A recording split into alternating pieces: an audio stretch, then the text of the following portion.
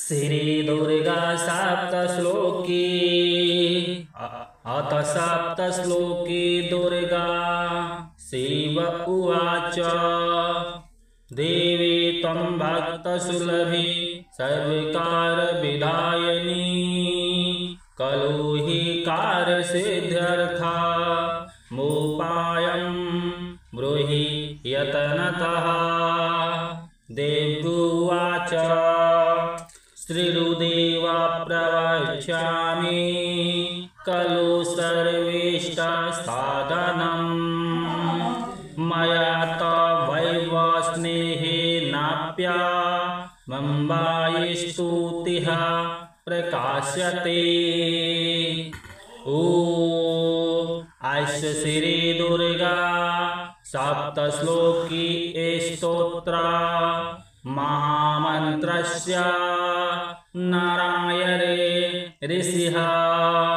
अनुष्टुप्भादिनी छन्दांसि श्रीमहाकाली महालक्ष्मी महासरस्वत्यो देवताः श्री दुर्गा प्रीत्यर्थं सप्तश्लोकी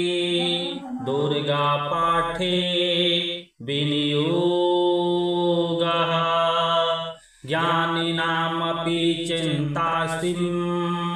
देवी भगवती सा बलादा कृष्णमोहाय महामाया प्रच्छति दुर्गे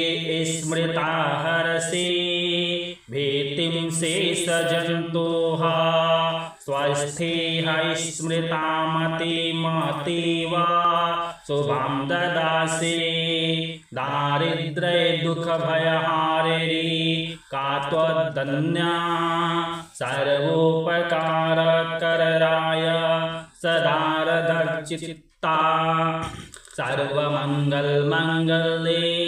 शिवे सर्वार्थसाधिके शरण्ये त्र्यम्बके गौरी नारायणे नमोऽस्तुते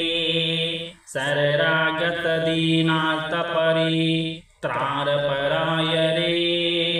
सर्वशक्ति हरे देवी नारायणे नमोऽस्तुते सर्वस्वरूपे सर्वेशे सर्वशक्ति समान्विते भयभ्यत्राहि नो देवी दुर्गे देवी नमोऽस्तुते रोगान् शेषान् पहांसि तुष्टारुष्टा तु कामान् सकलान् भीष्टान् त्वमाश्रितानां न विपन्नरारम् त्वमाश्रिताराश्रयन्तां प्रयान्ति सर्वबाधा प्रशमनं त्रैलोक्यस्याखिलेश्वरी एवमेव त्वया कार्यमस्मद्वैरिविनाशनम् इति दुर्गा सप्तश्लोकी सम्पूर्णा।